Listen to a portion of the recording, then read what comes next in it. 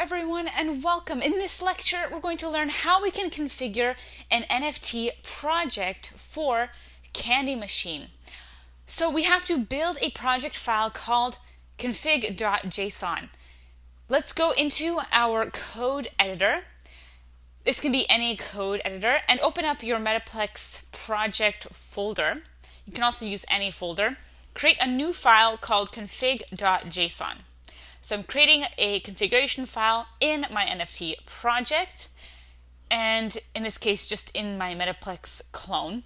This is a JSON file, which means a JavaScript object notation file, which allows you to define properties and their values. Then you want to pass in the configuration for Candy Machine. This can vary per project, but I will show you the minimal properties that you need, and they are as follows. You're going to need the price for your NFT, followed by the number. This number is important. This has to be the number of elements that will be in your collection. And if you're not sure yet, that's okay. You can always change this at any time if you add or remove NFTs from the collection. You also have to specify a gatekeeper. Even if you don't have a gatekeeper, you still have to specify it and then pass it as null. Otherwise, you can have troubles with the command line. Next, you need the Solidity Treasury account, as well as the token account. So the Treasury account is the Solidity wallet to receive preceding Solidity payments. So from your terminal, you want to use your Solana address. So you want to call the command Solana address and use that default signer as your wallet address.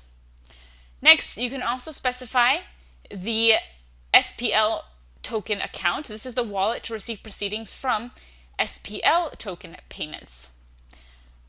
You can also specify the mint address of the token accepted as payment.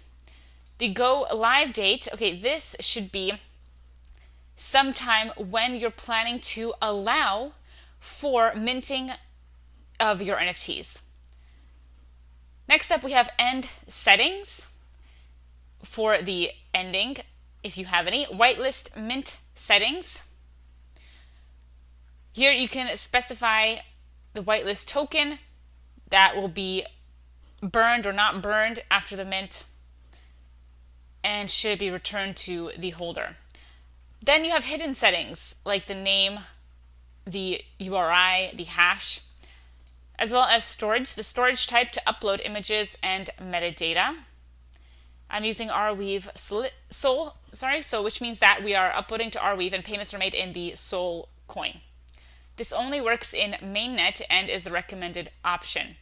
If you want to enable DevNet for the storage, then you want to use Arweave without Sol. This will upload to Arweave via Metaplex Google Cloud Function. This works for DevNet and mainnet and is the recommended option for DevNet. Next, we have IPFS and for a project ID.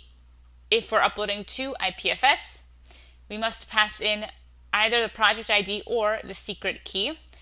NFT storage will upload to NFT storage. So here you can pass in all that data if you have it or set it as null if you don't have it.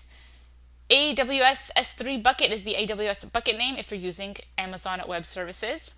No retain authority. This indicates whether the Candy Machine authority has the update authority for each mint. And no mutable indicates whether the NFT metadata is mutable or not after minting. So this is the default settings that you need, or the minimum settings. You want to copy this, which you can get from the source code for this section, and make sure you pass in your treasury account. Make sure you pass in the number of NFTs that you will have in your collection and the storage. And you need the rest as well set to null or false. Otherwise, there can be problems with the command line. So that is how we can configure our NFT project for Candy Machine.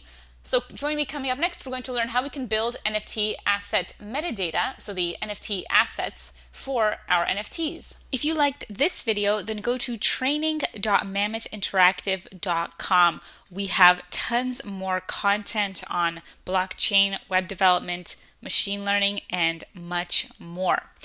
We also have a membership for just $19 a month where you can get access to our 372 course bundle and counting.